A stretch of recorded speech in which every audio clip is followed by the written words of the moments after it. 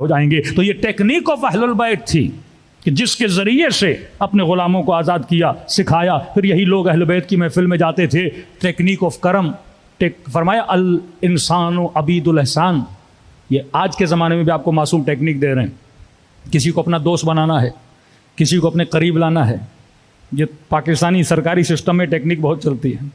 किसी अफसर से काम निकालना हो तो अच्छी खासी दावत कर दो उसकी। हाँ, ये फितरत इंसान है। कहते अल इंसानु अबीदुल एहसान। इंसान किसका ग़ुलाम है? एहसान का ग़ुलाम है। आप एक बंदे को खाना खिलाओगे तो आपका एहसान कभी नहीं भूलेगा। आप थोड़ी किसी की मदद कर दोगे, आपका एहसान। तभी फरमाया अहले बैत ने कभी सोशल वर्क नहीं छोड़ा। ये रात के अंधेरों में यतीमों को खाना देना, यतीम परवरी करना, फ़कीर परवरी करना, ये बेवा परवरी करना। क्यों? क्योंकि उनके दिलों में क्या आती थी? मोहब्बत आती थी। ये मसाइब के जुमले कि इमाम हसन फरमाते हैं, दरवाजे पे दस्तक, कोई खातून 2 बच्चे लेकर मेरे दरवाजे पर आती है। क्या देखता हूँ? बच्चों के हाथों में दूध के प्याले हैं। पूछते खातून किसके लिए लाई हो? का मौला मेरी एक ऊँटनी है, बस उसी ऊँटनी से मेरा घर चलता है।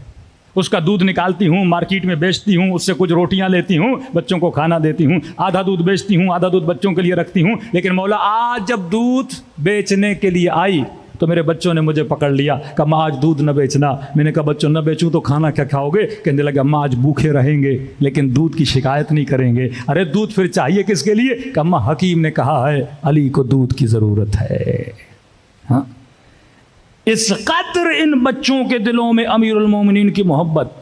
और दुश्मन अगर प्रोपेगंडा करता है वो भी इसी जरिए से कि शाम के बच्चों को बकरियां देकर, और जब उन बच्चों की उन बकरियों से लगाव हो गया, छोटा बच्चा है ना, उसको बकरी दे दी। 1 हफ्ता बच्चा इस बकरी के साथ खेले, 2 हफ्ता इस बकरी के बच्चे के साथ खेले, और उसके बाद भेज दिया सिपाहियों को कि बच्चों के सामने बकरियों के गले काटो। और बच्चे पूछें किसने कहा है इस बकरी का गला काटो? तो कहो हमें अली ने भेजा है।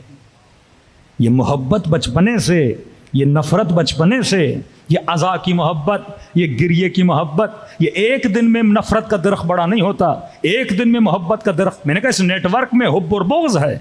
इस दरख्त को लगाना है तो अपनी नस्लों को बचपन में लगा दो। आज देखोगे तुम्हारे बच्चे के दिल में किसकी मोहब्बत ज़्यादा है? अमीरुल मोमिनीन की मोहब्बत ज़्यादा है या किसी एक्टर की मोहब्बत ज़्यादा है? अहले बैत की इताअत ज़्यादा है या दुनियादार किसी शैतान की इताअत ज़्यादा है? फरमाया अहयू अमरना। मासूम क्या फरमाते हैं? मकसद अज़ा, फरमाया हमारे अमर को जिंदा करो, हमारे फरामीन को जिंदा करो। तुम्हारे घरों में अहले बैत का अमर जिंदा होता हुआ नजर आना चाहिए। जब अमर जिंदा होगा तो फरमाया इमाम ज़माना का ज़हूर भी क्या हो जाता है? आसान हो जाता है। आपके उलमा ने इन्हीं टेक्निक से अपने दुश्मनों को ज़ेर किया। ये वाक़या बड़ा मशहूर है, यहाँ आगाए मोहसिनुल हकीम का है या आगाए अमीनी का है, मुझे दकीकन पता नहीं। लेकिन ये हमारे एक मर्जा थे, सऊदी अरब गए हज के लिए। इतने बड़े मर्जा जब वहाँ पहुँचे तो वहाँ के हुकाम ने उनको दावत देना चाहिए कि आप हमारे पास खाना खाने आइए। तो इन्होंने कहा कि आप किसी बहस और मुबाहिसे के नहीं कि हम कोई बहस नहीं करेंगे, कोई मुबाहिसा नहीं करेंगे, सिर्फ आप आइए खाना खाइए। न सियासी बात होगी न मजहबी बात होगी, बस खाना पीना है। इतना बड़ा आलिम आया है लिहाजा हम चाहते हैं दावत करें। कहते हम चले गए उनके सुफरे पर। चलो इनकी नीयत अच्छी है, सिर्फ खाने के लिए बुलाया है। अब जब कहते हैं सुफरे पे गए तो सारे मुफ्ती, सारे मौलवी, सारे बैठे हुए, लाइन लगी हुई है सबकी। बीच में एक शिया आलिम दीन। कहते खाना लगा, खाना खा लिया। अब जिस नीयत की वजह से बुलाया था उनको भी पता है आपको क्या अच्छा लगता है, क्या बुरा लगता है, और हमें भी पता है कि उनको क्या अच्छा लगता है, क्या बुरा लगता है। तो उन्होंने कहा कि देखिए इतने उलमा, इतने मुफ्ती बैठे, हम कोई सियासी व्यासी बात नहीं करते। हम ये कहते हैं माशाल्लाह इतने मुफ्ती बैठे हैं, सब एक एक कोई रसूल खुदा की हदीस सुना दें ताकि जिक्र रसूल भी हो जाए, महफिल और नूरानी हो जाए। इन्होंने कहा कोई मसला नहीं, जिसको सुनाना है आप भी सुनाएं।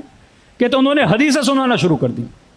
एक ने हदीस सुनाई, सुन ली, दूसरे ने सुनाई, सुन ली, तीसरे ने सुनाई, सुन ली, चौथे ने सुनाई, सुन ली। लेकिन सारी हदीसों का टॉपिक एक था, सारी हदीसें एक जनाब की तरफ जा रही थी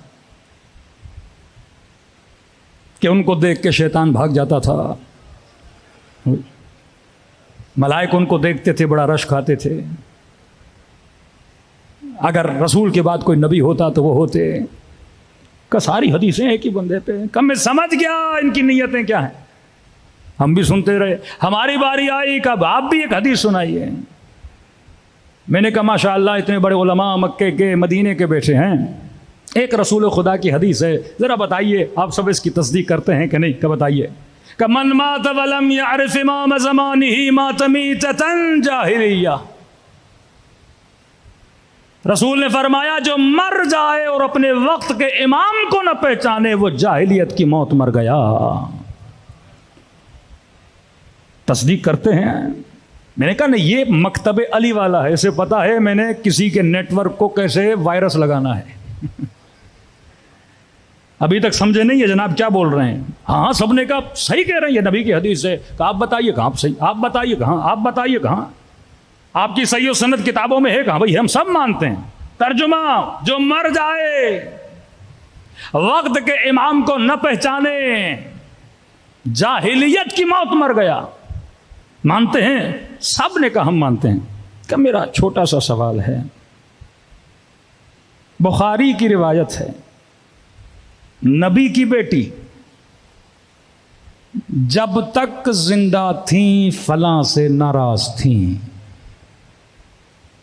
मातत हत्ता, कलाम नहीं किया यहां तक के दुनिया से चली गई। नबी की हदीस, जो वक्त के इमाम को न पहचाने वो जाहिलियत की मौत मरा। कि मेरा सवाल है कि नबी की बेटी का इमाम कौन था? अगर वो इमाम थे और अगर इन्होंने बात नहीं की मतलब पहचाना नहीं। इमाम से कोई बात तोड़ता है, इमाम के कोई सलाम का जवाब नहीं देता, इमाम से कोई नाराज होता है, इमाम के लिए कोई कहता है कि मैं आपसे बात नहीं करना चाहती, इमाम के लिए कोई कहता है कि मैं क़यामत के दिन शिकायत करूंगी। तो आपका क्या कहना है कि नबी की बेटी अलियाज़ु बिल्लाह मारिफत के साथ दुनिया से गई या बगैर मारिफत के दुनिया से गई? मातत मीतत जाहिलिया। कि या तो उनका इमाम वो था जो आपका है, या तो उनका इमाम वो था जिसका हाथ बुलंद करके नबी ने गदीर में कहा था मन कुन्तु मौला हो फहाजा अलीयुन मौला। कपिन साइलेंस हो गया, कोई बंदा ना बोला। किसी ने कहा हमें देर हो रही है, निकलना है, कल कहीं पे मीटिंग है, फिर बैठेंगे।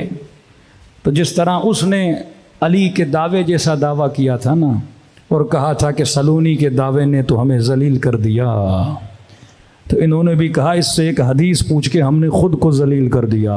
सलवात पढ़े मोहम्मद वाले मोहम्मद।